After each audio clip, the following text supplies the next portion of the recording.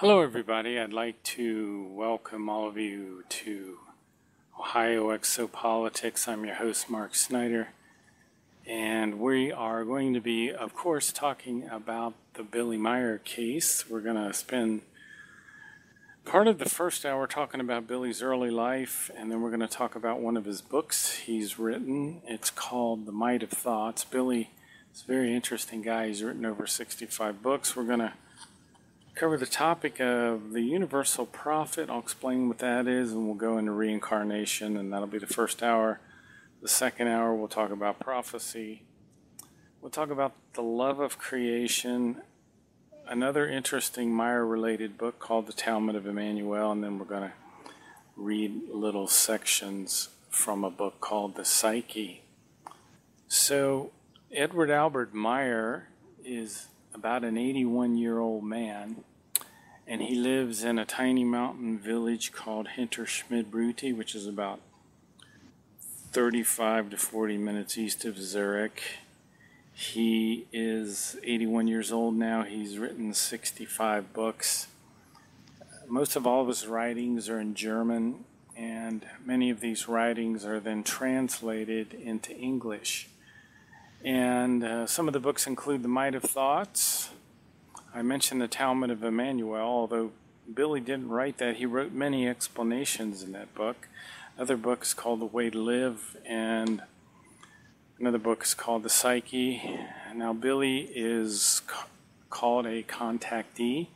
He's one of the people of the world today that claims to have been contacted by extraterrestrials. Now, what's really a little different, well, a lot different in this case, is that there are so many things different in this case. It's really hard to put your mind around everything. Billy, he has had contacts since he was about 5 years old. He started getting telepathic contacts from a man named Swath. Billy grew up in Bulak, Switzerland, which is a municipality in Switzerland in the canton of Zurich, which belongs to something called the Glatt Valley. And Billy started getting telepathic messages from a man named Swath. Swath is an extraterrestrial human who was nearly 1,000 years old. And just so you know, the normal lifespan of human beings is typically about 1,000 years. Now, the people on the earth come from a line of human beings that were genetically manipulated to have shortened lifespans and increased aggressions.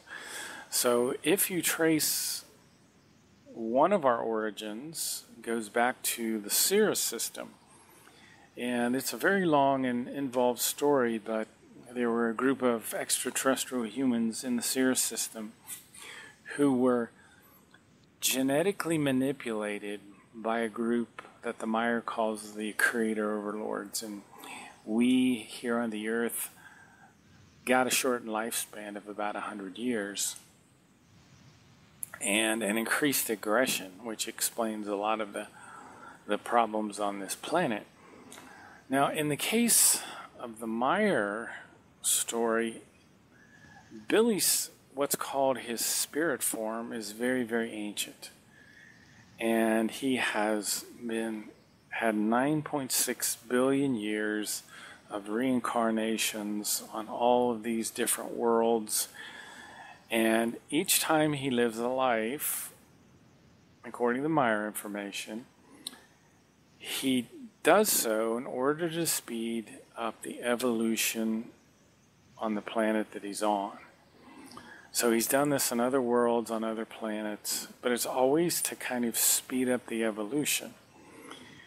And so when you come in to a physical life existence, you have something called a material consciousness. And the material consciousness is who you are in this lifetime. It's your personality. Every lifetime we get a different personality.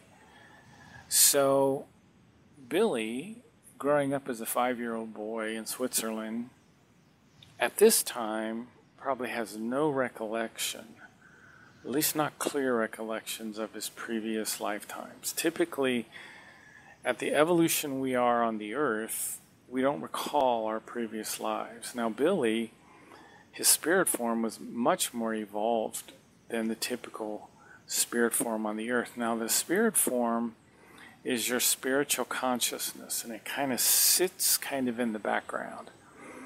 And its role in a material life is to kind of record all of your thoughts and your impulsations, and it kind of sends the material consciousness impulses to do the right thing. The spirit form is, in the Maya information, said to be a fragment of the universal consciousness, or pretty much like a fragment. A tailstock is the German word. And what it does is, in each lifetime, it learns. It actually learns. It's learning what are called these evolutive values like love and wisdom and confidence and optimism and logic. It's learning from the experiences of the material consciousness. So when you come in to a lifetime, you are kind of a blank slate in a sense of the conscious mind. Now, in the subconscious mind are programmed all the evolutive values from your accumulated previous lives. And you have this spiritual consciousness, which in our case, for most people here on earth, isn't really that aware. Now, in the case of Edward Albert Meyer, his spiritual consciousness is said to be 9.6 billion years old. Now, this is a length of time that we cannot even really comprehend, because if you look at the age of the Earth is about 4.5 billion years old. So the spirit form that's now in Edward Albert Meyer, the Geist form, as it's called in the German, is ancient.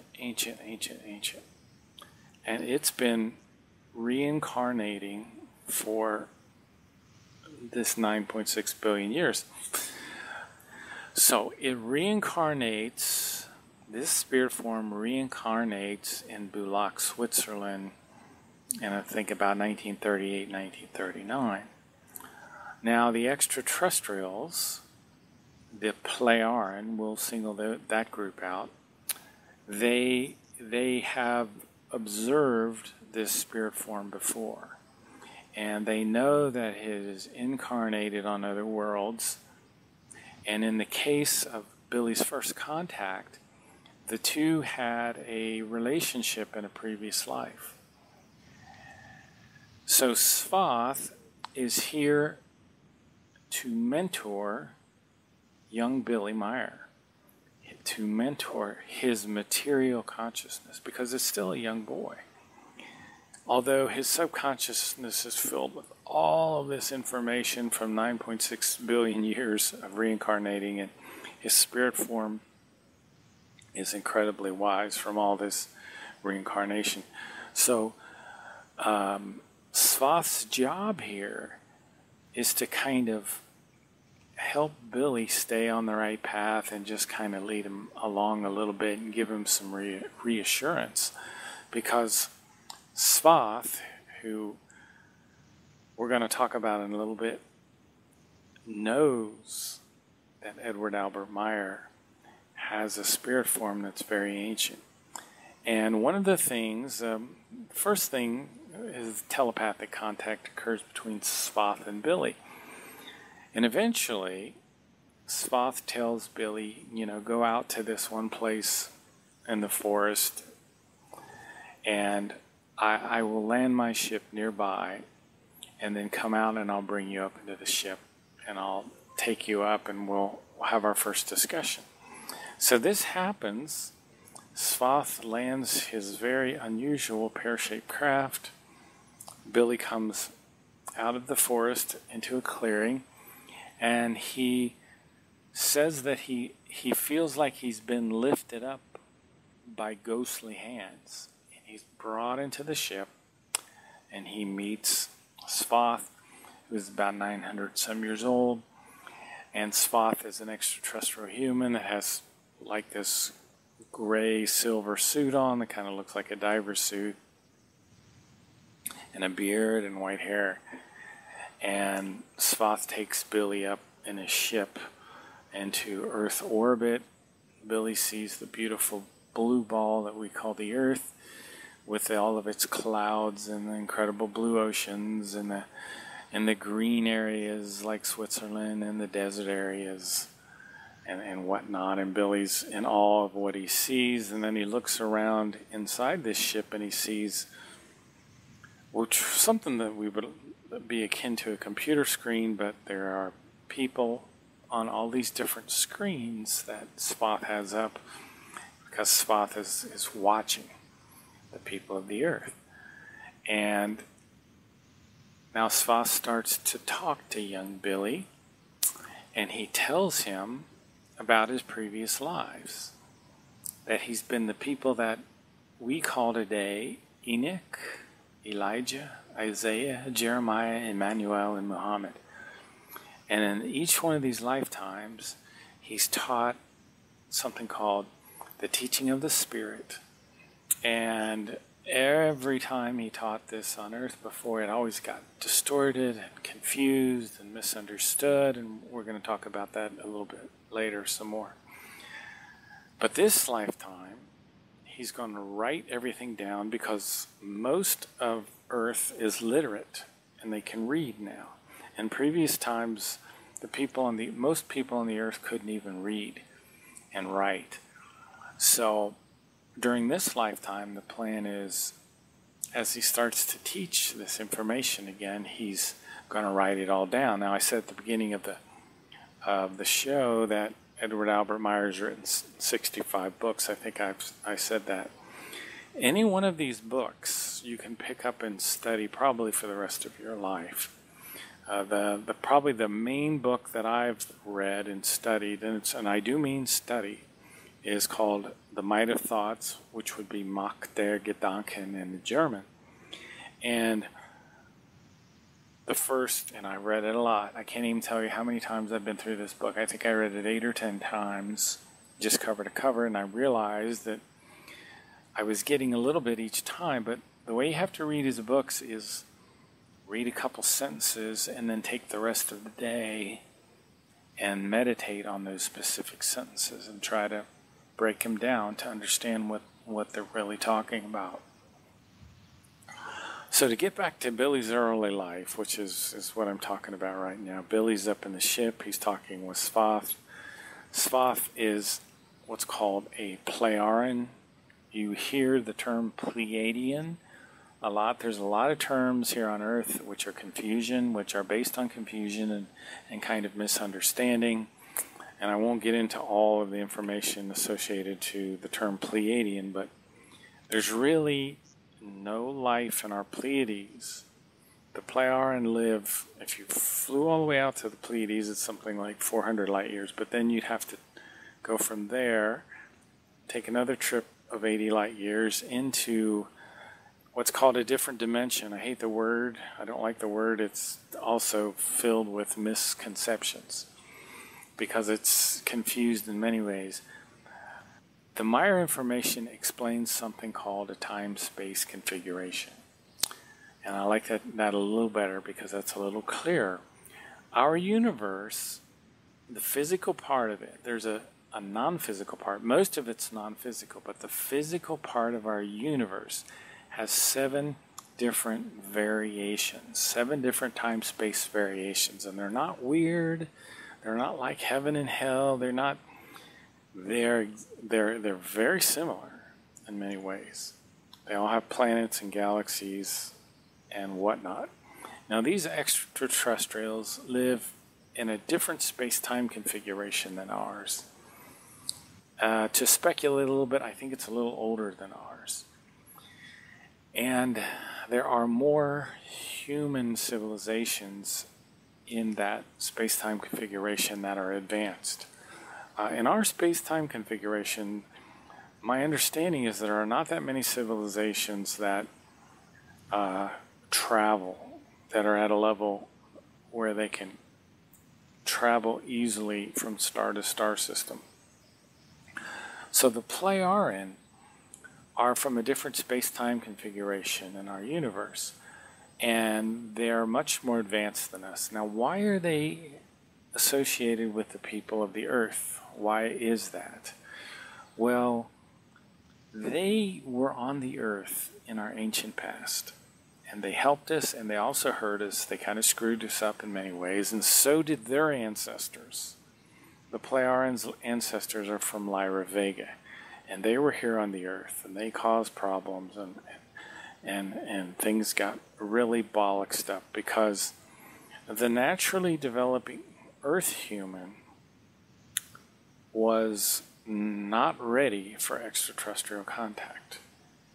And the Pleiaren, the people from Lyra Vega, the other peoples that came here, Beta Centauri, they really kind of violated certain rules. And so the Earth humans were traumatized, so to speak. They were faced with technologies they couldn't even imagine. They were faced with people with abilities that they couldn't even imagine. Some of these people were much taller than them. And it was very traumatic. It was very psychologically damaging. And it still has a psychological effect. I'll give you a perfect example. It should be common knowledge that there are other people in our universe. It's the most probable, common sense thing in the world. There are hundreds of billions of stars in our galaxy. There are hundreds of billions of galaxies. Just by, probability alone, there are so many people. But most people on the Earth do not know that. They don't understand. And it's shocking for them to think there are other people. And I think that fear has been kind of implanted in us. And it's probably, and I'm speculating here, in many sense related to what our ancestors experienced. The American Indians, when they first saw sailing ships coming from Europe, they were shocked. In fact, some of the Indians, the story that I've heard, is couldn't even see the ships because it didn't register. Their psyche was screening it out. Now, the shaman and other people like that who are just a little more aware saw these ships. But it's very, very interesting. So we tend to screen out information that we're not ready for, that we can't handle. And I think that's one of the reasons Billy gets so much pushback. He gets so much opposition, 23 attempts on his life, to say the least. And this is the most not talked about UFO exopolitical case in the world. Now, there are people all over the world that have picked up on this information and are starting to run with it. There's a couple study groups in Ohio. There's a study group in Colorado. There's study groups in Arizona. There's one in New Mexico. I think there's one somewhere in California and in Canada, all over the place, and I think in Australia. So this information is being disseminated, and there are enough open-minded people that it's starting to click, it's starting to make sense to people. So I wanted to review just a tad, I didn't even really get into that much, about Billy growing up and his interaction with Swath and who Swath was. But I want to get back on track a little bit here, and I'm going to kind of bring you forward 60 or 70 years. Now, we talked about Billy as a young boy. Let's talk about Billy as an older man. maybe, he's, 81 years now, but probably in his 70s or so. I don't know when this book was written. It's called The Might of Thoughts.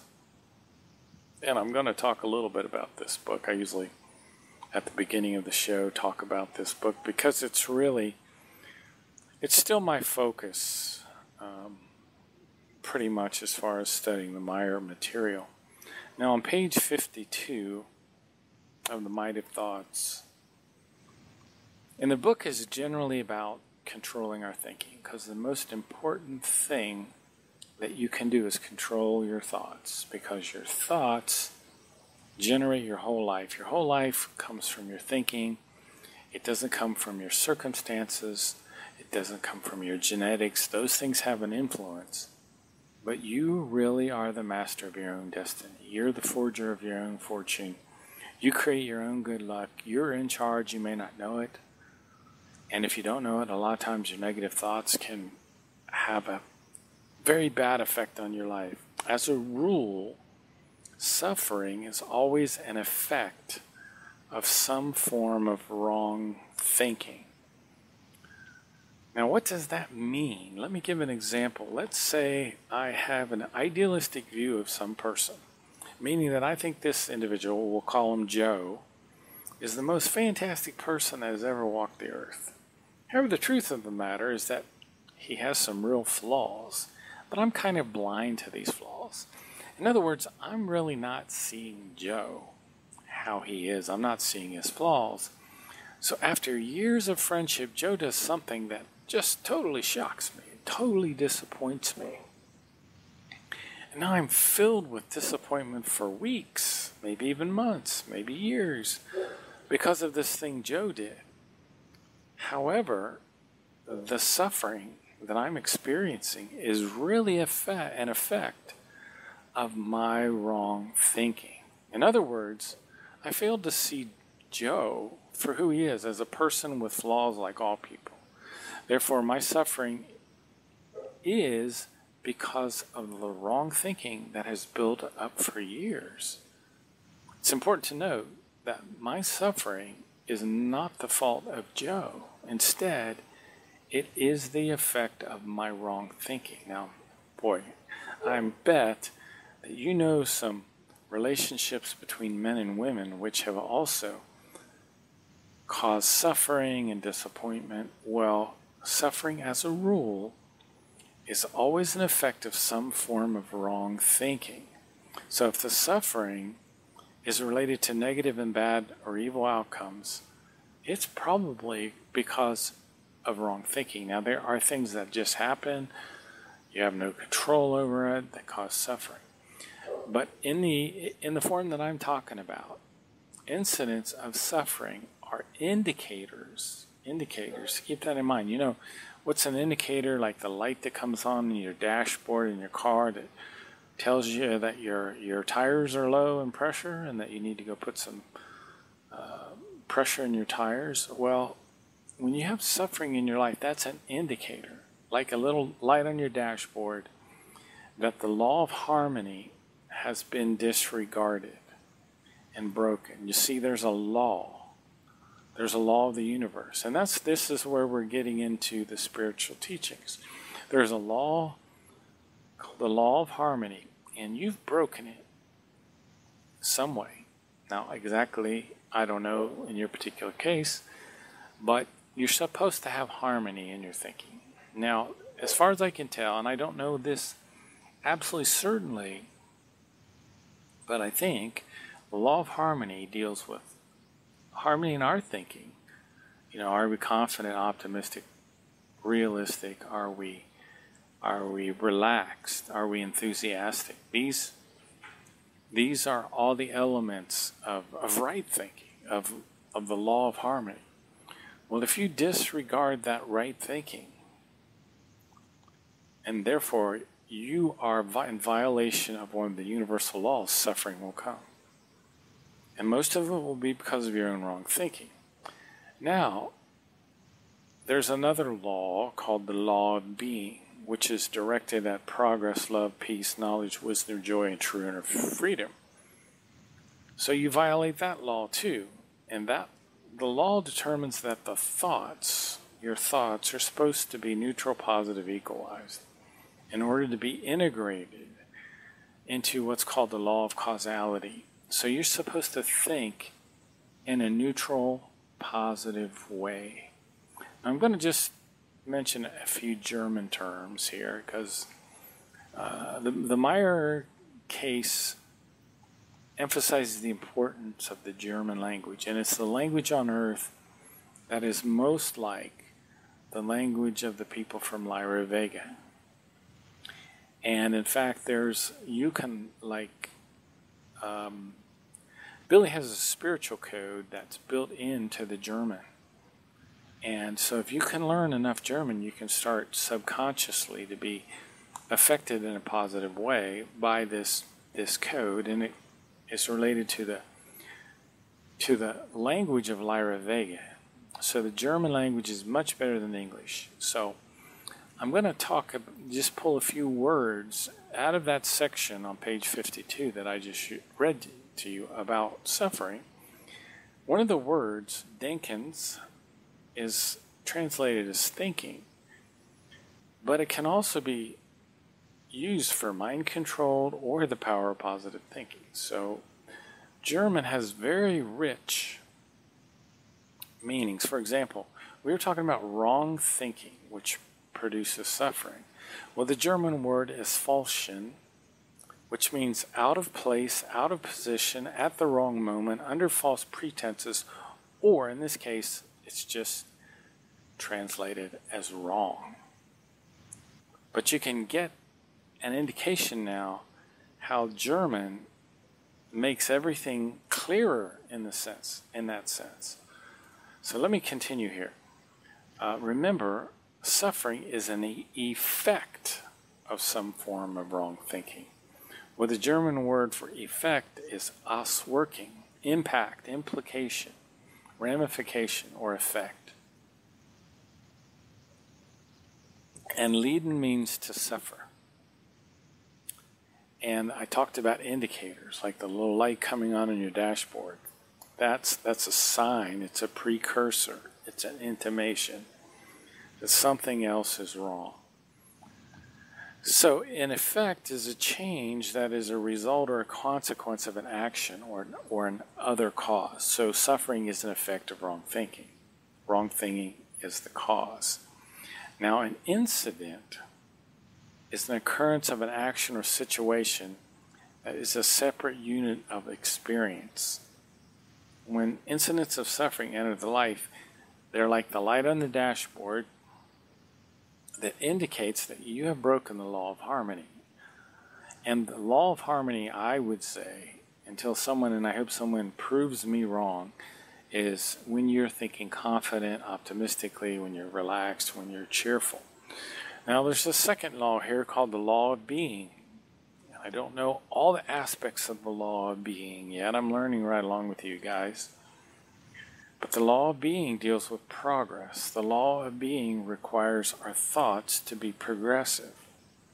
And when something is progressive, it is happening or developing gradually or proceeding in stages, step by step.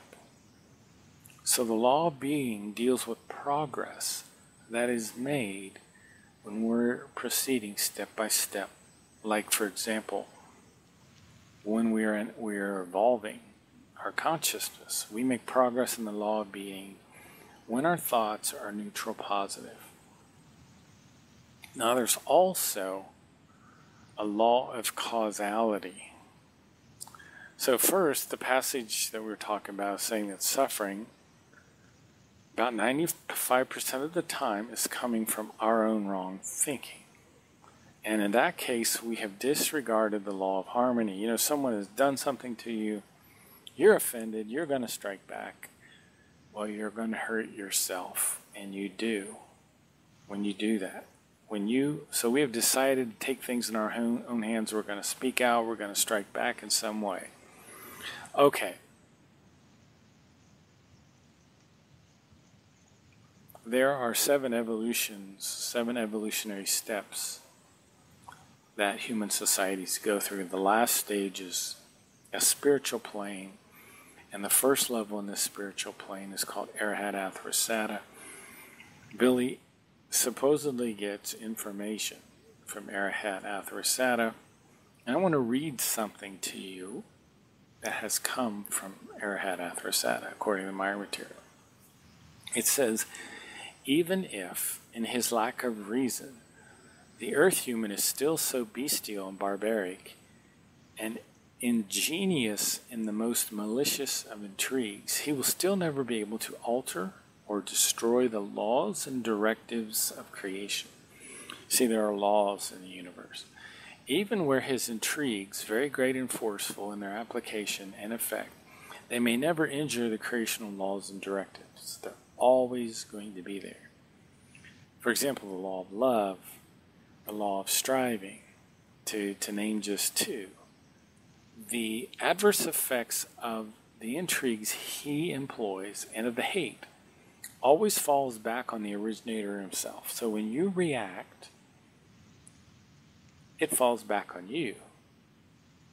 And very often, people actually have fatal damage because of their own hate. So if the human thinks and behaves according to the laws of intrigue and hate, which he himself produces, he has to bear the results which come from that himself, because due to all the negative degeneration of all possible outcomes, he can only organize for himself evil, suffering, need, misery, and damage. So suffering, as a rule, is an effect of some form of wrong thinking.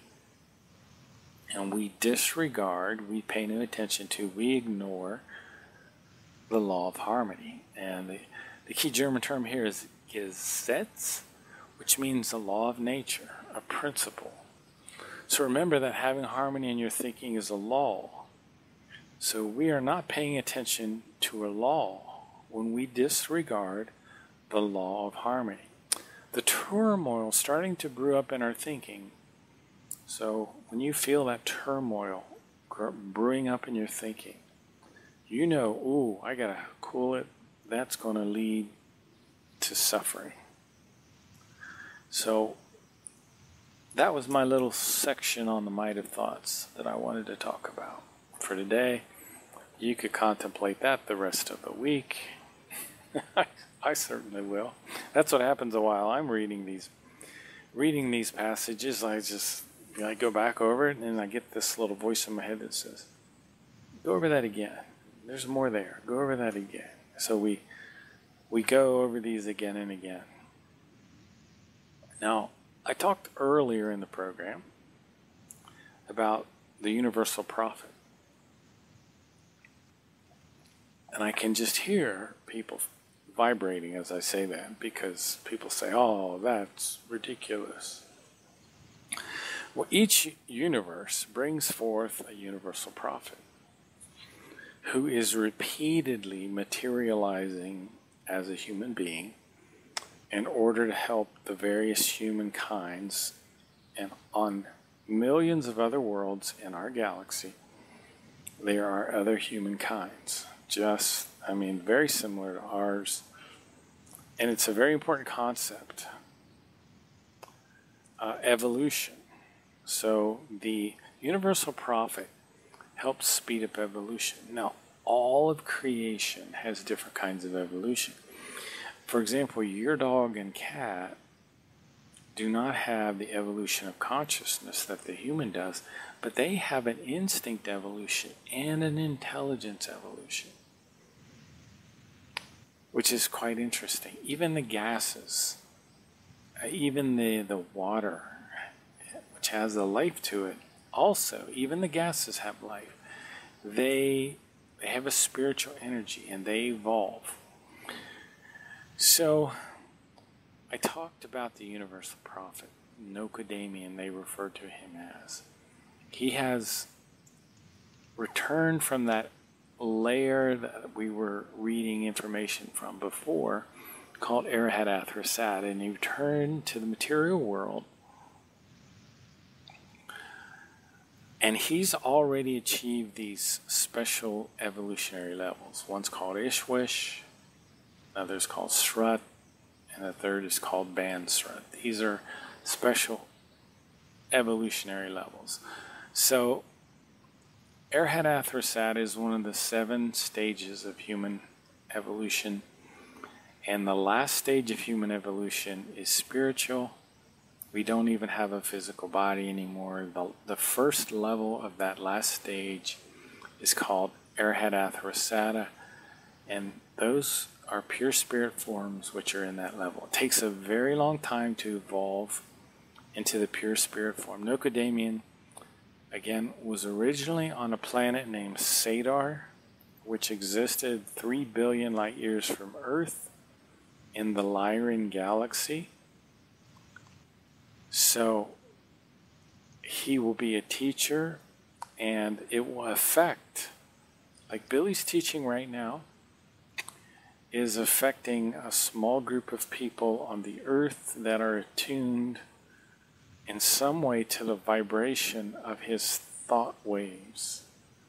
In other words, there's a kind of swinging wave that comes from the thoughts, and there are people that are consciously responding to this information and going to learn it in more depth.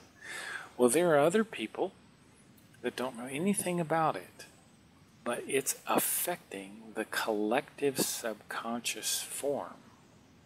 All of humanity is a what's called a we form. So his teaching, the Meyer teaching, is affecting the subconscious of many people. And if you see people that are in great internal distress, my theory is it could be that their spirit form and their subconscious is kind of splitting from their material consciousness. There's an internal dissonance, a conflict, and that's maybe a good thing. So even though it looks strange to see people go through this, the meltdowns are occurring all over the place. Like meltdowns it's a normal thing nowadays. So Nocodamian, this is what the spirit form has taught before, and with this name, he brought rationality to his people in the Lyra and the Vega star systems. He came out of Arhat Athrasata, and for the sake of all of his people, taught them to follow the creational laws and commandments, to bring his people back to reason and rationality. This occurred a long, long time ago on another world. Now, let me give to you some of the incarnations. I'll mention 20 incarnations of the Universal Prophet. Quickly, I'll jump through these things. Nocodamian, 9.6 billion years ago. Henoch, 8 billion years ago. And Nocodamian, the spirit form of Edward Albert Meyer, incarnated as someone named Semyasa. Now, one of the incarnations occurred 389,000 years ago. Another one occurred 14,000 years ago. I still don't know. It's only one of them that is the true lineage of the Nocodamian spirit form. We'll just leave it there. I don't know for sure. Henoch the first, this was the spirit form of the Universal Prophet, again having a life 13,500 years ago. Henoch the second, 9,308 years ago. Henoch the third, 4,000 to 5,000 years ago. And now some names you'll know. Elijah, 891 BC, Isaiah, 772 BC, Jeremiah, 662 BC, Socrates, 469 BC, Aristotle, 384 BC, Emmanuel was actually born 2 years before we think he was. We'll just say it that way. Then after Emmanuel, the Nocodame spirit form incarnated as Muhammad in 571 AD, as Johann Georg Faust, who I believe was a great composer, 1480 AD, Galileo Galilei, 1564 AD, who was a great astronomer. Mozart in 1746 A.D. Mendelssohn, who was another great musician, 1809 A.D. Rasputin in 1860, who was a mystic, a faith healer in Russia. And then Billy Meyer in 1937 A.D. So, there are 7 stages of human evolution. There's primitive life, there's rational life, there's intelligent life, there's real life, there's life and creational wisdom. The Pleiaren are mostly between stages 4 and 5. The real life is very interesting. At that stage, you learn how to traverse the incredible distances of space with almost no time passing. It's almost like a teleportation. The ship kind of leaves our physical plane of reality, and then it can travel at many times the speed of light. I won't go any farther than that, but one of the interesting things is that the central computer of many of these ships is sentient, because at this age we create tremendous artificial intelligence, and we learn I don't know how, of course, how we do this, but for example, Semyase, Billy's third contact, had a ship with a central computer. It was a sentient intelligence. The centralized computer, she could communicate with it. It was self-aware. She could have telepathy with it. So her ship, although it had a metallic hull and it was called a beam ship, was sentient. It was alive. Now, if you listen to David Adair, he talks about a very long story, but he saw a sentient ship in Area 51, I guess it's called. David Adair is a tremendous story. A guy that grew up in Ohio, not too far from where I am, who did some amazing things and saw some very, very amazing things. But I was talking about the stages of evolution, so he saw a ship built by people in this stage, which is called real life or life and creational wisdom. We here on the earth are in rational life. Some people are still in primitive life. We have aborigines and people in jungles that are in the primitive life, and a few people maybe in stage 3 of intelligent life. So, but most of us are in rational life. We're somewhere in the middle. In the 5th stage of evolution, we become in creational wisdom. We become the Ishwish, the king of wisdom. We can control things with our mind. We can do telekinesis, teleportation. This is an incredible stage. And then in the 6th stage, we lose the need for a physical body. We get a physical body and a half material form, which it's called the wavering half spirit level. Sometimes it's referred to as the high council. So we're not completely physical. I don't know what that looks like. Very intriguing. We spend about 56 million years there. We spend 40 to 60 million years incarnating into a physical body, and 42 million years we would supposedly spend in the spirit realm, 18 million in a physical body, and during the next part of the show we're going to talk about that in a little more detail. And finally, after the 6th stage of evolution, we get to the 7th stage. It takes 364 million years to get through this stage of evolution. There are 7 different levels in the spirit realm. It begins with Arhat Athrasata and goes to a bunch of levels, which I have the names for, but are hard to pronounce. Tano, Absale, Dharman, Yukur, Logon, Patali. We spend 52 million years in each one of these spirit planes for a total of 7 times 52 million, which is 364 million years in the total spiritual plane. And then we start the process of merging with creation.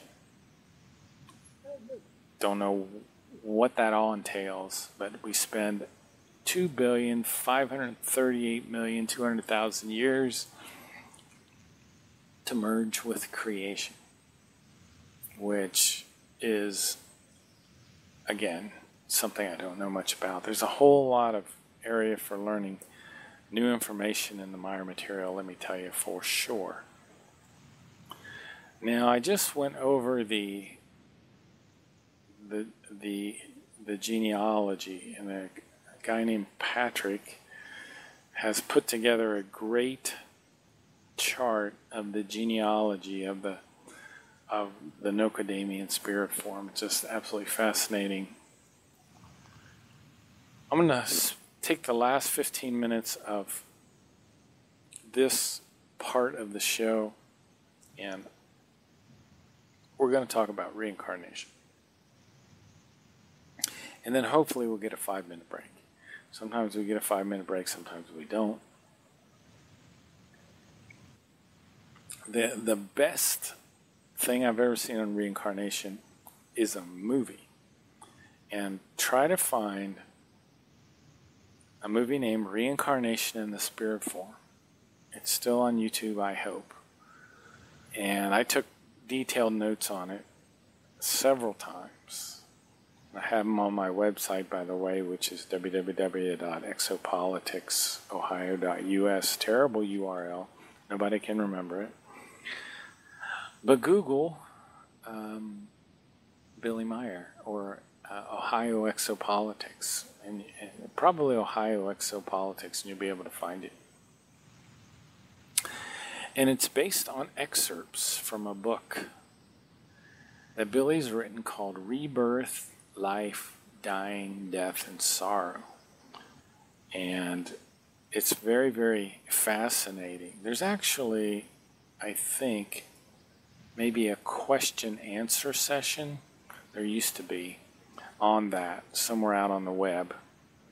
But so in order to evolve, the creation creates something called the human spirit form. Let me briefly try to explain again what the creation is. There is no Mother Nature. There is no Heavenly Father. The Maya material teaches this. These are personifications of a neutral, positive superintelligence that is behind the evolution of our universe. This intelligence has no personality, and it radiates love, which is another thing that's hard for us to imagine, because we think of no personality, and maybe we think of machines, but really, if you look at nature, to me the perfect example of no personality is a tree. And although people tell me that trees have sexes, it's pretty neutral. It's not like a person that has a clearly delineated sex. The spirit, the energy behind our universe has no sex. It has no personality. So it's hard for us to relate to. There's two things there that makes it hard for us to relate. But it creates the human spirit form, the Geist form, which it comes into the body of a child 21 days after the sperm fertilizes the egg. So the spirit form, it comes from the realm of the spiritual, which is an energy band around the planet, and it goes into the body of the embryo, and it lodges itself in the middle of the brain, in the area where the eyesight and the hearing and the smell and the speech, where it all comes together. And that's where the spirit form goes. It causes the heart to beat. It sends its energy throughout the whole body. And it brings in the subconsciousness all the evolutive values of previous lives. And the spiritual consciousness, the Geist form, is very unusual at the stage we're in right now. The material consciousness is the human brain, the cerebrum. It personifies the human being. The material consciousness does all the decision making, all the thought processes, all the deliberations and speculation, and all of the what we typically call thinking. Now the creation, again, it has no personality, it has no gender, it's not some man standing in judgment. It's genderless. It's the source of everything. And about 46 trillion years ago, there was something like the Big Bang. And creation created the galaxies, the stars, and the human spirit form. And there's an expansion phase when the creation continues to expand. It lasts for about 155 trillion years. So when the human embryo, it's 21 days old, and it's within the womb of the mother, the spirit form comes in. And its goal is to collect wisdom, knowledge, and love through another incarnation. And eventually the spirit form has countless reincarnations, and it will merge back with creation. As we talked about earlier, at the end of those 7 levels of evolution, it will help creation further evolve. And what I'm about to read to you comes from the book called the Decalogue. It says that creation is the being and the non-being of the life. It is the most immense mass of spiritual energy in the universe. It is spirit in its purest form, and unmeasurable in its wisdom, knowledge, love, harmony, and truth. It is something that is pure spiritual intelligence energy. And the creation prevails overall and stands in what's called an unstoppable evolution. I call it a juggernaut sometimes. It's wisdom and love. And in order to evolve, the spirit form creates human spirits. And it does this as part of its own evolution. In the spirit realm, there is something called the overall consciousness block. It's a storage bank in the other world. And I believe it's created by the spirit form. And this overall consciousness block will create the new consciousness for the new personality. So again, on day 21 after conception, the spirit form comes into the child and it brings the whole consciousness block with it. And the heart starts to beat, and from this area in the middle brain called the superior colliculus, the spirit form spreads its spiritual energy everywhere. And it's really interesting because the spirit form, it's not affected by the material realm. It would not be affected if you lost your arm, for example. So it's I guess it's bilocating is all I can say. The spirit form enters when it enters in the human, it remains in its own realm. And the spirit form cannot be influenced by the material world through sickness or disease. So it's very interesting. There's a very fascinating section in the book called The Psyche on this. I don't know if I'll be able to find it quickly. If I can't find it quickly, I won't really read anything about it. But there's a section in there which talks about the spirit form, Man, maybe we can read just a little bit. I don't know. It's fascinating. This is another one of Billy's book.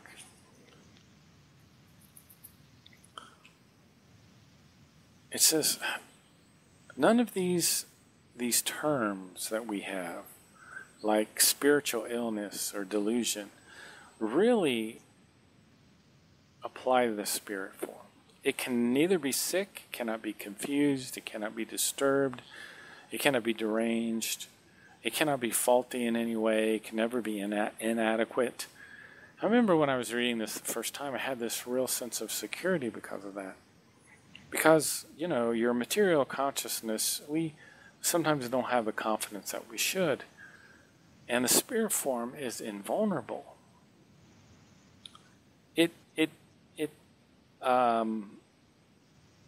It doesn't get any nourishment either. Again, also neither can a spiritual property ever be talked about if a human being composes written words or notes, makes drawings or invention, because the spirit itself neither brings forth a spiritual property in this manner, nor can it be fed by the thinking and the learning and the philosophizing. All this can solely and exclusively be attributed to the material consciousness. So again, you have a material consciousness and a spiritual consciousness. They're two different things. The material consciousness can become ill and feeble-minded and deranged and confused and disturbed, and you can have a lack of confidence. The spirit itself is a part of creation. It's a part piece, which in no form can be disturbed, or it cannot be negatively affected by the material realm. This idea of being a part piece says that it's a tailstock, which is a noun. So the human being, we are animated by a tiny part piece of the creational spirit. But your spirit form is not nourished out of the material realm. The material consciousness can become disturbed, contrary to the spirit form, which is invulnerable. It's untouchable. Billy's third contact, Semyasi, said, "The spirit is the wonder of all wonders. It never dies. It never sleeps. It records all of your thoughts, all of your impulsations. It will even tell you if your thinking is right or wrong." Now again, we talked a little bit about the swinging wave. There's this wave that emanates from our thoughts. But your material consciousness can alone be creative. It is susceptible to illness and other health difficulties. Your material consciousness can think wrong. It can think in wrong ways. You can become a megalomaniac. You can become arrogant and haughty. You can think negative thoughts and literally cause the negative realities. You can have emotions and all of these things. You know, your emotions can be triggered and you can commit crimes.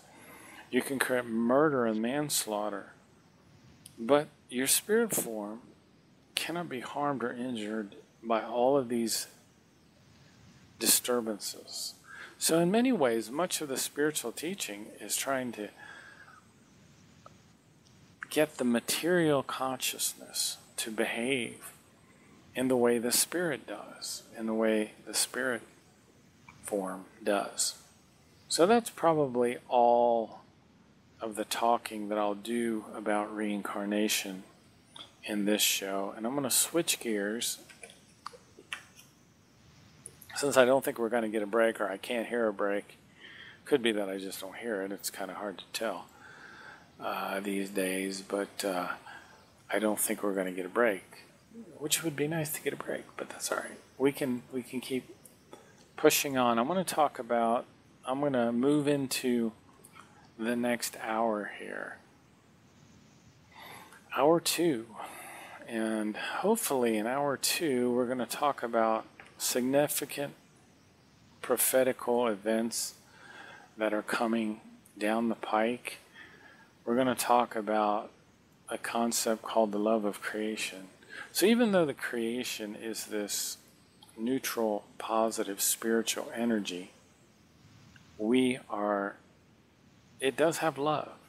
And we don't really understand the love of creation. I think we aspire to understand the creation.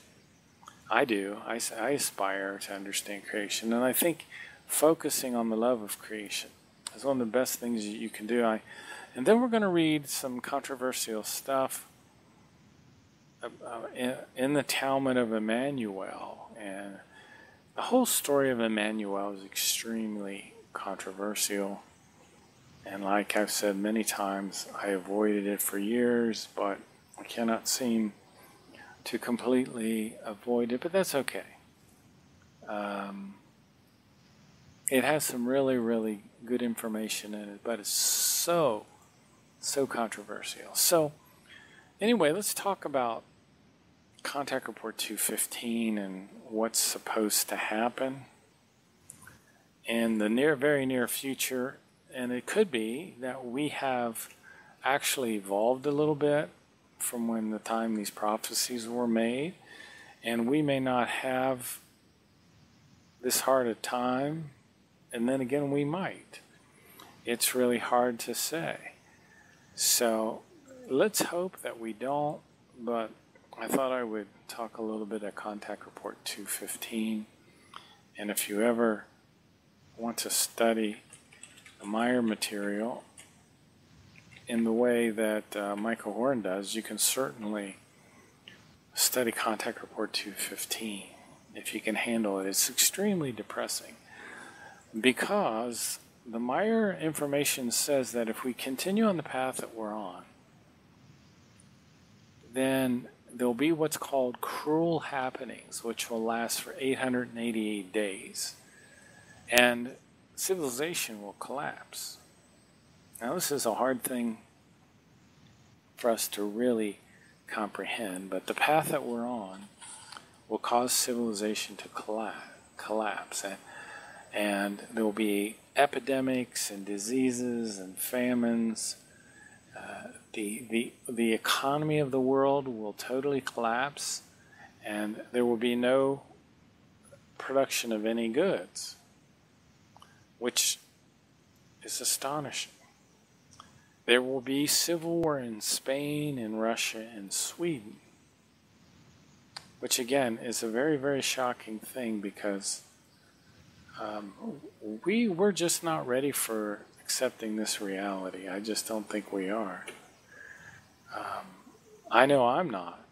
I'm hoping that this doesn't really pan out this way. And line 235, Billy talks about the civil wars that are coming. I think it's 235. Yet France will not only engage in armed conflicts with Spain, for within her great unrests will arise, leading to upheavals and civil war, which will also be the case with Russia and Sweden. So there will be conditions similar to civil war also in England, which will come about.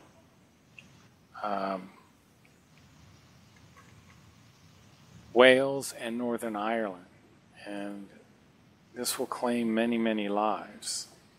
And also there will be a civil war in Germany. So you can look in Russia, you can look in Europe, civil wars all over the place. Civil war. Now that hasn't happened yet, but we're having a lot of conflict. And then, if these are chronological, which I'm not sure they are, there will be, Russia will attack Alaska, will attack also Canada. And my understanding is that the U.S. and Canada then will be in a war against Russia. And this will be a very, very horrible thing that happens. Because during that time, nuclear, biological, and chemical weapons will be used en masse. Now, we haven't thought about nuclear weapons used in mass, and think about that. It's unbelievable. Keep in mind, en masse means in a group. So not only will there be a lot of nuclear detonations, but there'll be biological and chemical weapons used as well. Astonishing. That's one of the reasons I do this show, that there's some chance that if enough people start thinking the way we should be, that we can avoid this. Also, we're told about rolling walls of fire and violent hurricanes which will rage across the U.S. Now, we've already seen that. If you study the fires in the West, you will be shocked. I had to stop studying. They're just hundreds of thousands of acres which are just burning up. And now we're seeing the violent hurricanes as well. It says on line 277 that America's largest cities will be absolutely destroyed. And again, we don't have to go through this if we pick up and run with this material, if we change our thinking. And then the change in the thinking causes the feelings to change, because out of your thoughts come the change in the feelings. And if your feelings then start to become neutral positive, well, then you can develop neutral positive habits. And those neutral positive habits then also, along with your thoughts and your feelings, bring in the good circumstances. So we can avoid all of these tragedies if we continue to evolve. Tornadoes, earthquakes, floods, snowstorms, volcanic eruptions will occur all over the world. They'll become more and more devastating in the future. And at one point, Billy says that man will destroy all of the environment. We'll destroy all of nature. Another horrible thing that's going on right now is the shifting of weight inside the earth. And this is because of the dams that we've created. We've dammed up water in lakes. We've taken so much oil out of the earth that we've got an imbalance now. See, the earth naturally balances itself. And when it becomes out of balance, you have this shifting of weight, which screws up the spin of the earth. And this will cause horrible floods and massive snowfalls as they continue. So, and this has already happened, that the earth has begun to spin strangely. And this is also a consequence of atomic explosions that we've detonated both inside the earth and on the surface. And this will bring a new ice age. And about that time, or certainly thereafter, 2 civil wars will break out in the United States, and whereby one will follow the other. And again, I think that this can be avoided, but from what I hear from Billy, the probability is pretty weak. But I know the incredible power of our thoughts, and I'm still confident and optimistic. But if it continues this way, there'll be 2 civil wars in America. One will follow the other. The United States will break apart, and there'll be this tremendous hostility in the United States, and 5 different territories will evolve. Religious fanatics will have a dictatorial role that appears in this time in the earth. The human beings of the earth will be tormented during this time. There'll be epidemics and diseases.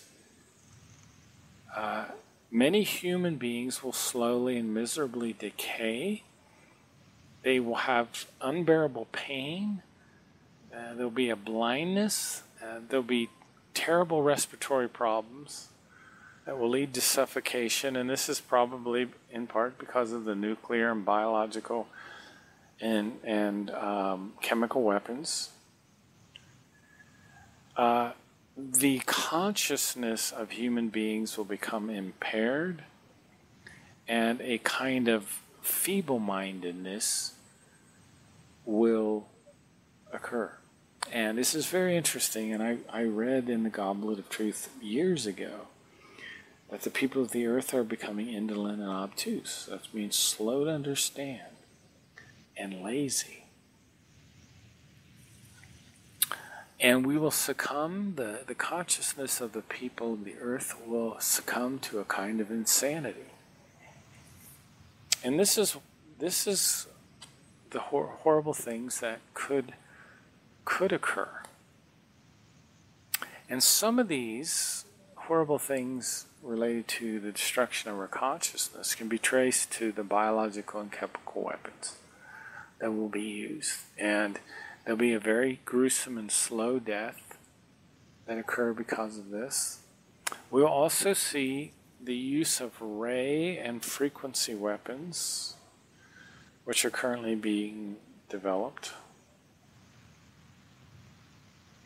And in the words of Enoch, there will be mass destruction, greed for power, hatred, vengeance, riches, and people will ignore the values of creation. They will trample on the values of love, of freedom, wisdom, and peace. As it says here in Contact Report 2:15, as the ancestors of the Enoch lineage have done before. And if we don't improve, and I'm hoping we do, I think we will. If we don't, though, the world will be plunged into a screaming misery, death, destruction, and annihilation. And the people of the earth will experience the most incredible catastrophes that they've ever experienced. Now, this is Contact Report 215. This is what Michael Horn has been talking about for years and years. You know probably by now that I don't talk about the prophecies that much. One of the things, I don't know the exact date of all this, but I think by around 2020, the government of the United States should start to unravel. According to the Meyer information, that is in one of either the bulletins or the contact reports. I have a section in my notes about that. Another thing that we're supposed to see real soon is that the Catholic Church will collapse. We've seen one of the last popes.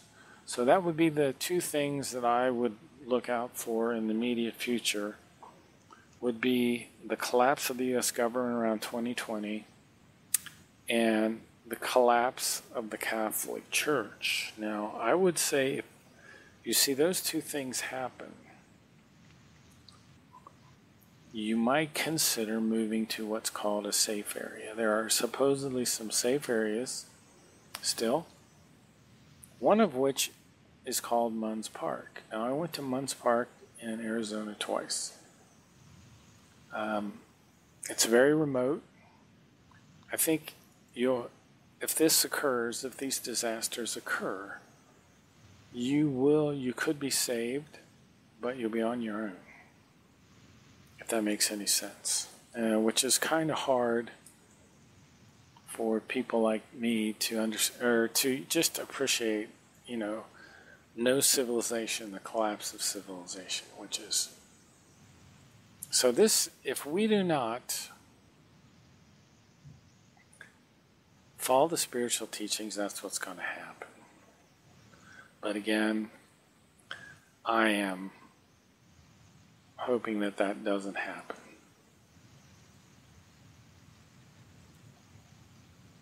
It's so important for us to learn so much during the current lifetime, because there's so much that could happen in terms of negative. There are consequences for not following these creational natural laws. Let's talk a little bit about the love of creation in the next section here. Love is the highest principle of creation, and through it everything exists in absolute logic. The love of creation is said to be everywhere, because without the love of creation, nothing would be able to exist.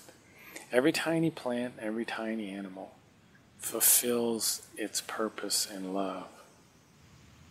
And we should be aware that we exist only because of the love of creation. And we supposedly carry this love within ourselves. So this Wesenheiten, as it's called in the German, this neutral positive superintelligence created everything in love and logic and put the same love in its creatures. Now,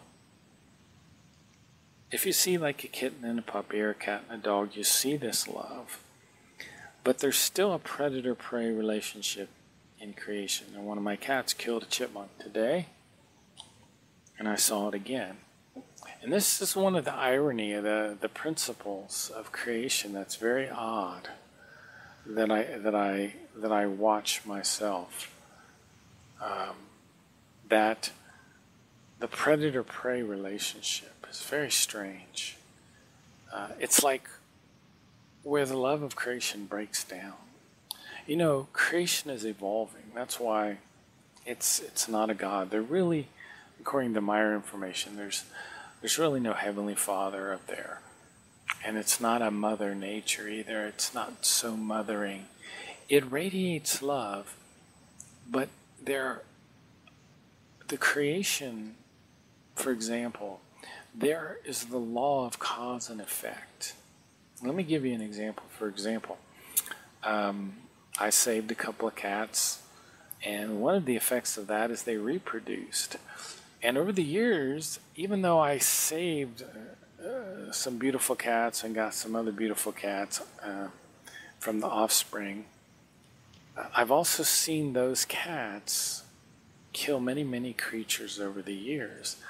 And so there's a law of cause and effect in creation. Creation is this juggernaut. In other words, if a gigantic storm appears because of cause and effect, creation, although it radiates love, could wipe out, a whole trailer park or a section of a community. So keep in mind these balancing factors, because oftentimes living in this world seems to consist of much conflict and drudgery.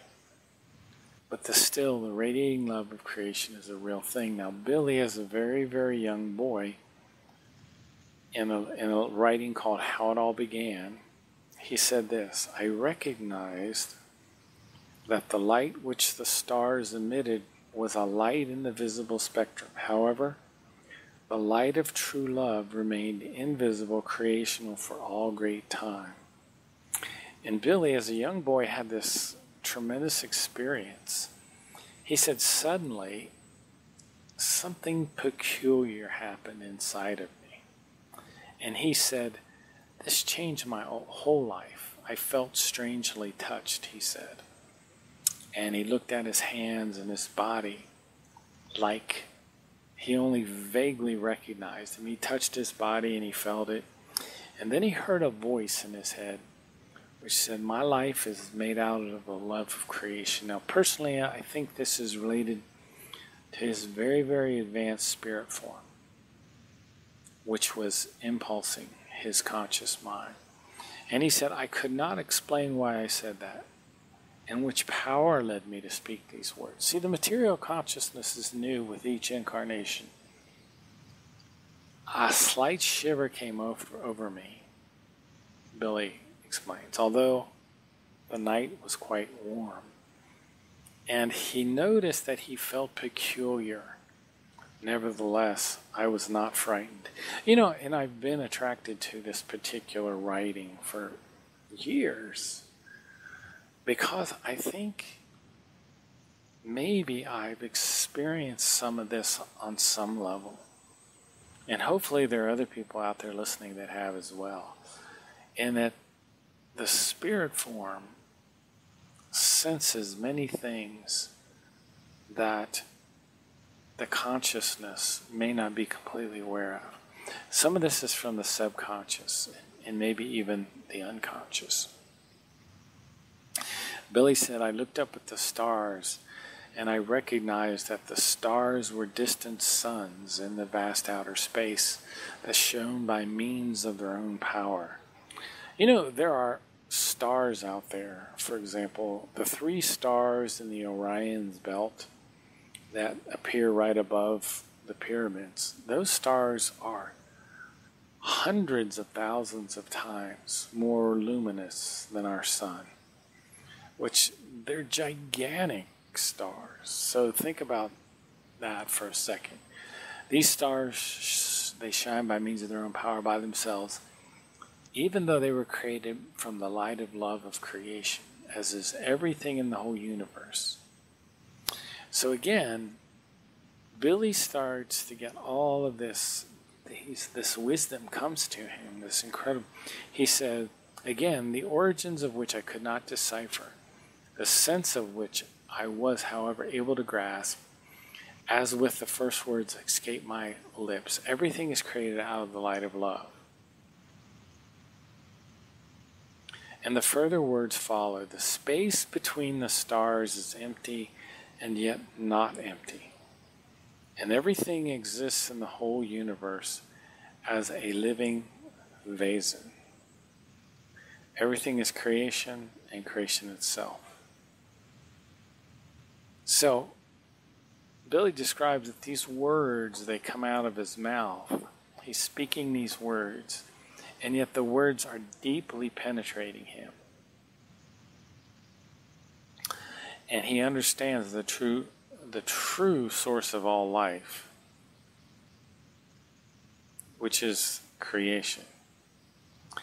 And the words he uses is that everything is created out of the light of love.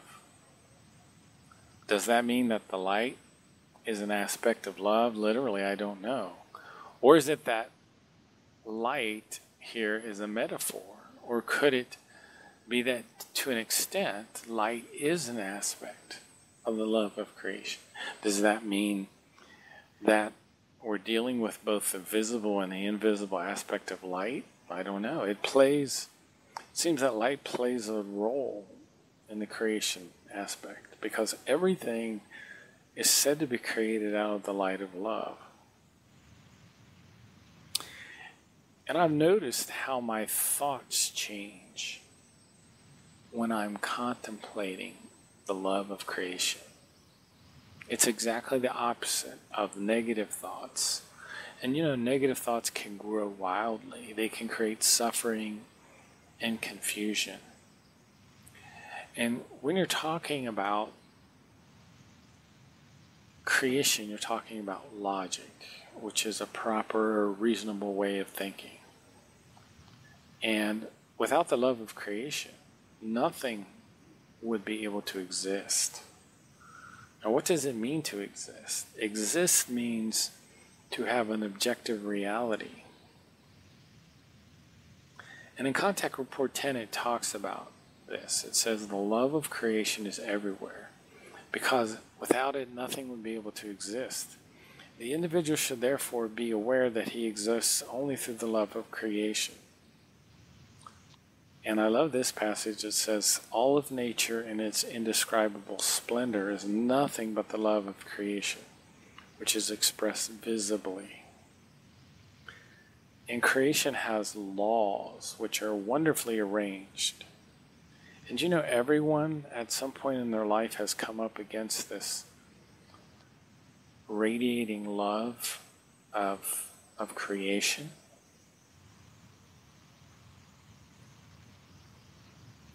But we human beings, we turn away from the love of creation.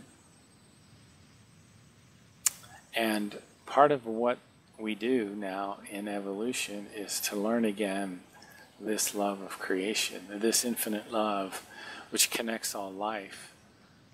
And because in all life this love lies hidden.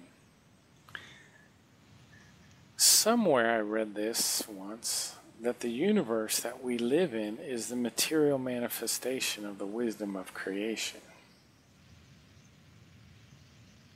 And that wisdom is a kind of knowledge that produces energy. So as you learn more and more of this, it has a way of energizing you.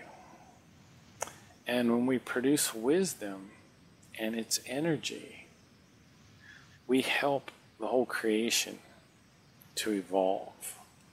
And it says in the contact reports that love and wisdom belong together, because creation and its laws are love and wisdom at the same time.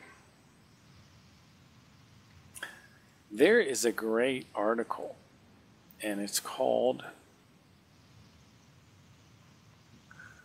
"The Earth Human Speaks of a Love That He Does Not Know." And one of Billy's writings talks about this love.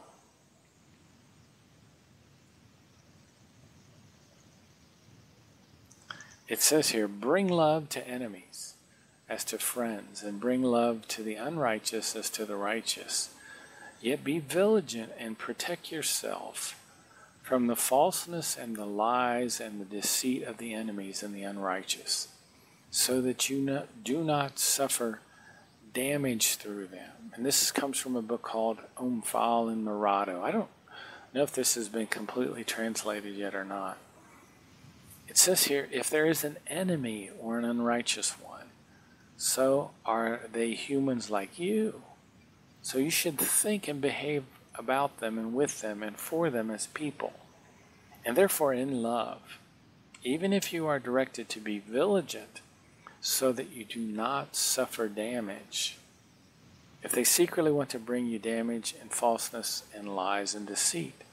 And it says, "Be friendly and loving and humane to enemies and unrighteous ones, and give them shelter, food, and drink, and everything necessary, and offer them appropriate honor and respect, because they are human, as also you are human, and you are all creatures of the creation. Thus, the righteous as well as the unrighteous." So this is a book called the Omphal and Murado, and we're going to talk a little bit in the next section about the Talmud of Emmanuel, which was the record of Emmanuel's teaching by a man named Judas Iscariot. There are two Judases, or Judas as it's pronounced correctly.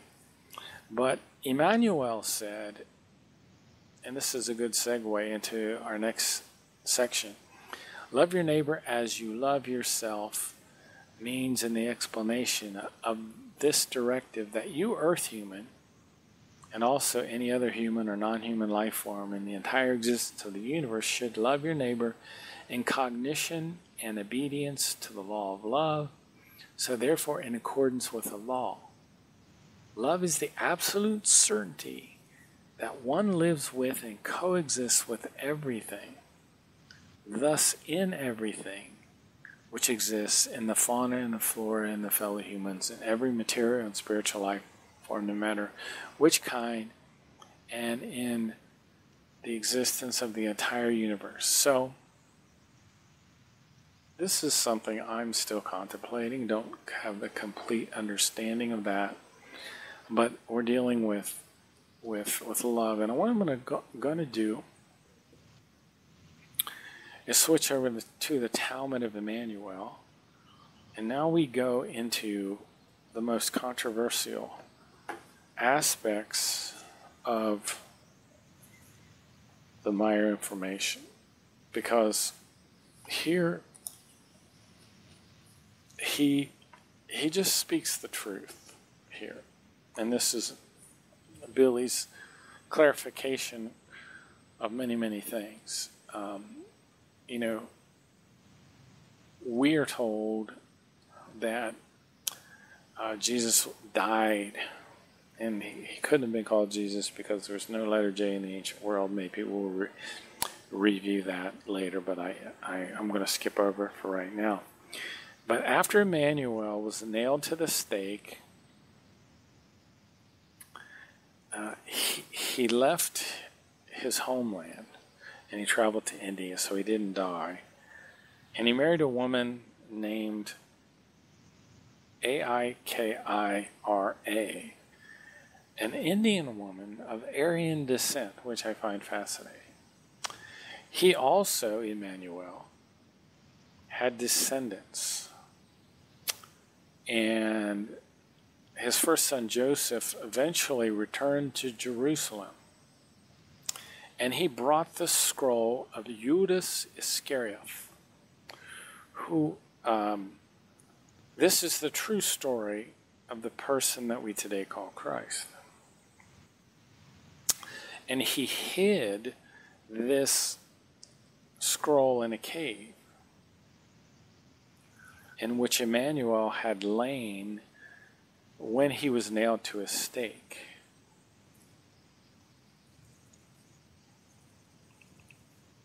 So let me switch gears and talk a little bit about Paul, and about the apostolic letters. And it's claimed by the Christian church that Paul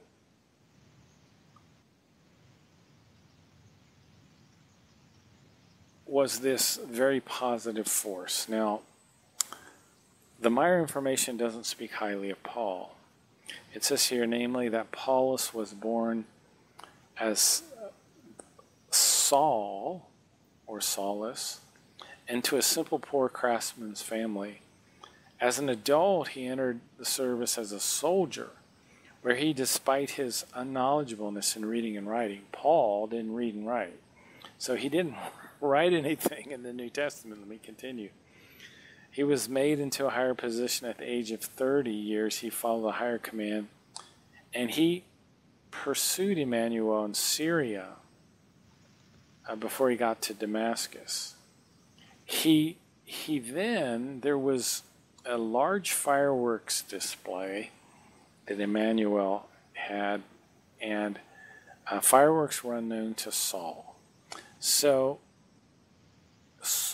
Saul was very frightened because of these fireworks. They changed his mentality, and he became Paulus at that point. And he went into Rome and he started teaching at this time. Now,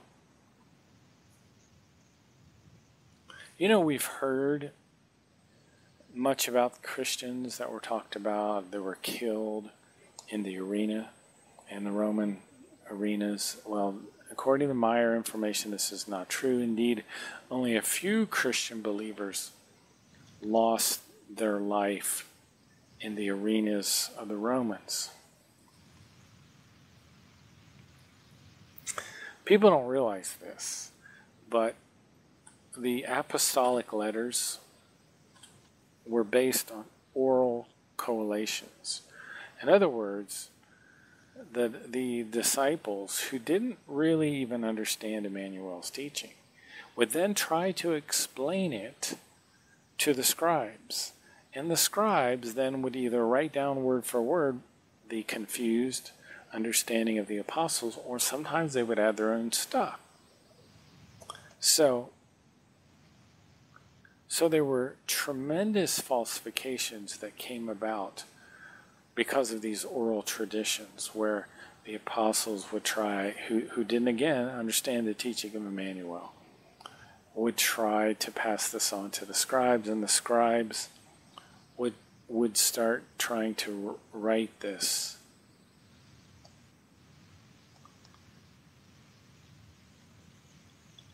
I want to talk a little bit about Paul, and this is interesting when Billy tells us about Paul. Paul was supposed to have all of these inferiority complexes, one of which was because he didn't read or write himself. And he would cling to these inferiority complexes his whole life. He was a depressed person, by the way. Paul's inferiority complexes led him into hatred against the female gender. So he was a despiser of women. I didn't realize this. Now, in his inferiority complex, he was also very bothered by the fact that he never met Emmanuel personally, who was later erroneously called Jesus Christ. So,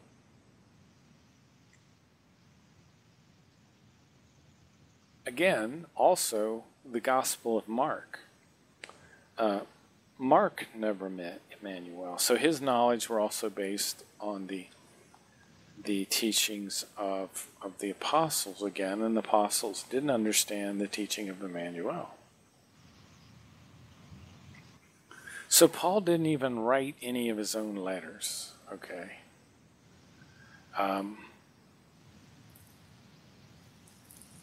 Paul even tried to win the favor of the Roman authorities, and he didn't do such a good job. So then Paul started to falsify the teaching of Emmanuel. And the falsifications of the teaching of Emmanuel already took place through his disciples and the disciplesses, the women. But Paul put the principal falsifications into the world, which happened, however, as it did with the other disciples and the women of Emmanuel. A lot of times, this was not done out of maliciousness,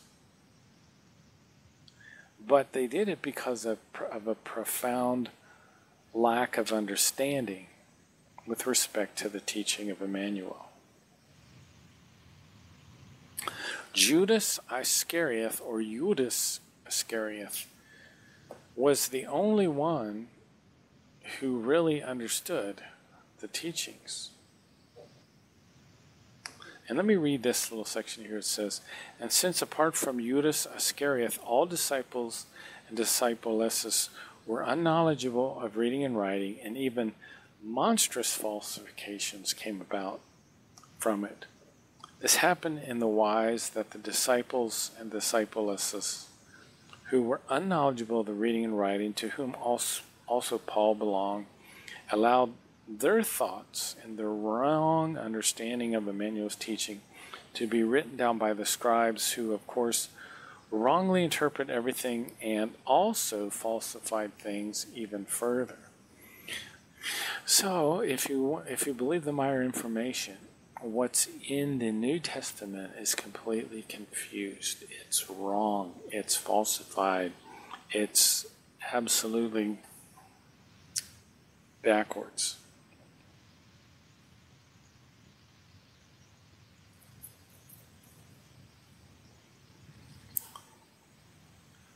If you talk about the letter to the Romans, for example, there are 16 chapters. There are letters to Corinth and Galatia, Philippi, Thessalonica, Philemon. Now, these do not come from the apostle of the Gentiles, so not from that of Paul, because he was unknowledgeable of reading and writing. He was, however, the initiator of the letters, which he dictated to the literate Roman who devoted himself to the belief in Christ. So there was this Roman named Publius Curzio Grus, who, as customary, wove in his own interpretations into the writing, the Romans, into Corinth, and all this. So it was a double falsification. It was Paul's wrong understanding, and then the wrong understanding of this Publius Curzio Grus. So let me talk. I know this is very controversial, causing some people to vibrate probably. I want to talk about the Qumran scrolls, or the Dead Sea Scrolls. These scrolls are records that were made shortly after Emmanuel's departure to India. and they were kept for a very long time in a cave in Qumran. These scrolls existed in 4 productions, and they were the fundamental teaching for the early Christians. Nothing is known, however, about the whereabouts of these. So it's very, very interesting how this wrong information was handed down. First through the apostles who didn't understand the teaching of Emmanuel, and then the apostles dictated it to the scribes, who then put their own stuff in there. So it was like a double falsification that went on. Now, let me talk a little bit about Emmanuel as a prophet, because he actually started at 7 years old to dedicate himself to his mission. And he started attracting people to him, even as a young boy. And even around 10 years old, more people started to gather around him. And at 14 years old, he reached India through the help of the extraterrestrial man named Gabriel.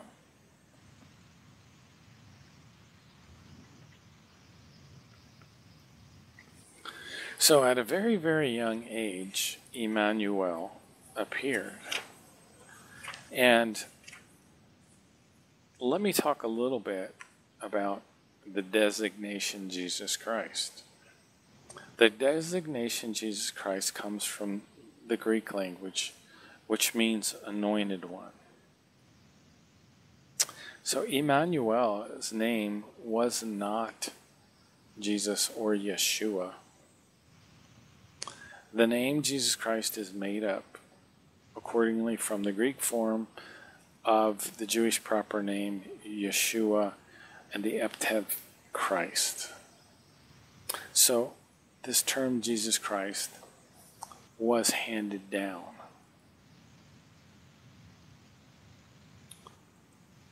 So the Talmud of Emmanuel was written by a man named Judas Iscariot, and it's pronounced Yodas or Judas. So there was no letter J again in any of the earth languages at this time.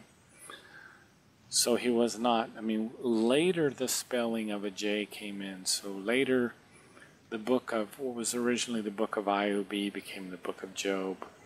And the original spelling in the 1611 King James was, for example, for John was I-O-H-N, for James was I-A-M-E-S. The book of Job was the book of I-O-E. Now, Emmanuel also taught the teaching of the prophets. Judas did not record any of his teachings. Now, there was a traitor called Judas Iscariot. He was the son of a Pharisee. Judas Iscariot was the true friend of Emmanuel. The traitor was the one who caused the nailing of Emmanuel to the stake. Now, in the Meyer information, they call the Jews God believers, and the designation Jew is really incorrect because it corresponds to people from Judah, the southern kingdom. The Jews are Yahweh believers. Emmanuel spoke of the God believers. Some of the things that the Meyer information says, it says the Trinity is an irrational teaching. The female disciples were disregarded. So anyway, I wanted to give just a quick overview of the Talmud of Emmanuel. This is some of the stuff I'm reading in the Talmud. Very controversial. This scroll, the Talmud of Emmanuel, was found by Bilian, by a Greek Orthodox priest called Isa Rashid. It was partially translated. They translated the largest part of the scroll, and or maybe, I don't know, 60-70% of the scroll, it was sent to Switzerland. The first version of this came out with all kinds of problems, and the Plejaren talk about this. They allowed that to happen so that Billy would not be killed. If it was originally, if the version that Billy has now came out, in the 70s, Billy would have been killed. The version that exists now is just this gigantic book filled with all sorts of information.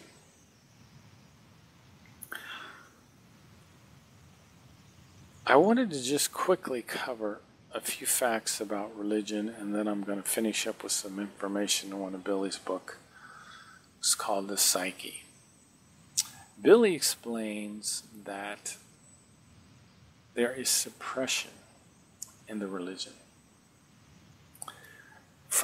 It suppresses the evolution of people's consciousness.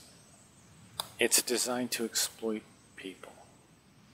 It also causes a weakness in our consciousness. And in the spiritual teachings in Contact Port 10, it talks about religion as being a primitive machination of man to command, suppress, and exploit people. And if you're weak in your consciousness, you'll succumb to religion. So I think I was weak in my consciousness for a while because I kind of succumbed to religion for a while.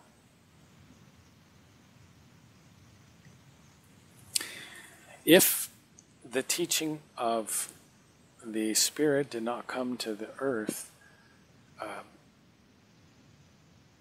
people would fall into a complete spiritual darkness, and mankind would slowly destroy itself.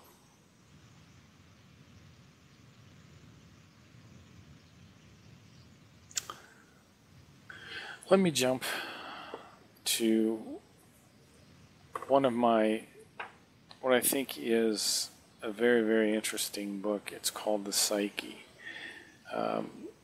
I think I had to read, and I talk about this a lot, the first 20 pages about a dozen times to even start to understand this information.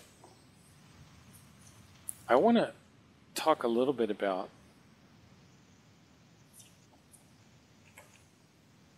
where we are on the earth in terms of our reincarnations. And it says here,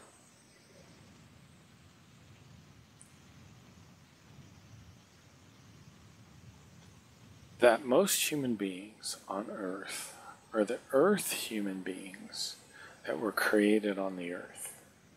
So there were naturally evolving earth humans, and they have a spirit form of about 4.5 million years old. There were extraterrestrial humans who came here during the civilization of Pelagon, during the civilization of Atlantis and Lemuria, and also during civilizations preceding those. There were people from Lyra Vega here who came 389,000 years ago. And, for example, some of the fantastic structures that were on the earth were in part helped by these people, helped to be built by these very advanced extraterrestrials. It says here that, and also not for any spirit form belonging to the earth, because the human beings of earth themselves, who were created on the earth, are still so young that regarding their evolution, they are only beginning to change their last baby shoes. While those human beings living on the earth who originally came here from the far reaches of outer space have a total age of 8 to 12 million years. So there are some people here on earth who came here during these ancient civilizations. Therefore, the human being on earth is not yet in a position to comprehend all of his feelings. So one of the challenges that we have at our current level of evolution is we do not understand our feelings completely. And I think if you introspect a little bit, you'll be able to say, boy, that's true. You have feelings that you do not completely understand. And remember, the feelings come out of the thoughts. So analyze your feelings, and that will tell you sometimes if your thoughts are neutral positive, if they're healthy thoughts. Thoughts that make you uncomfortable generally come, or feelings that are uncomfortable generally, I would not say always, but generally come from thoughts that are not neutral positive. When the human being of Earth will be able to understand our feelings, which we don't yet, that's part of our confusion, then he will have already long left the Earth and will be living somewhere else on different planets. So we eventually will leave the Earth in ships. We will be space travelers. We will find other worlds to live. Because the blue planet will not exist for as long as the human being, the Earth human, needs for their evolution. Which is, to me, sad a little bit. In regard to the feelings, it also still needs to be explained that these also demonstrate cultural and social origins. In which case, depending on the human being, certain feelings can appear more often, which is determined by the individual desires of the respective individual. Thus it becomes comprehensible that feelings are also molded and brought to life. Through the ages and the spirit of the times, through the cultures and the social classes, through occupations, cosmic occurrences, dreams, all of these affect the feelings. So the feelings come from the thoughts. Always remember that. It's one of the best ways to understand the feelings. And you can help get, Semyase said that your spirit form will tell you if your thinking is right or wrong. And I often think that will happen because of your feelings. Your feelings will tell you if your thoughts are right or wrong. So one of the other great creational natural laws, besides love, we talked a little bit about the love of creation, is the idea of striving. Striving is called the law of all evolution. Is a prefix which deals with the most ancient kind of thing. So if you're a human being, which you are, and you lose your sense of striving, you will lose your sense of life. And I want to encourage everyone to understand that we must continue striving. If the human being can no longer strive for anything at all, then you will start to have feelings that you have you'll be no longer of use to anything. Striving is the actual nature of the human being.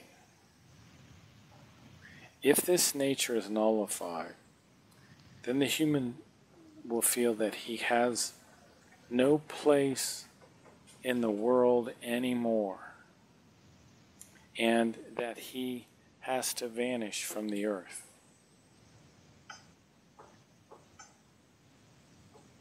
This is what causes the suicidal feelings. So if you're really struggling right now, and you're starting to have suicidal feelings, you need to strive. Even if it just means doing simple manual chores, work is about the best thing that you can do. If creation would stop striving, it would mean the end of all things. Without striving, there is no life. Without life, there is no striving. So, your striving creates your life. If you have inhibited striving, you will have inhibited life. You will have stagnation. So organize your life to always keep striving.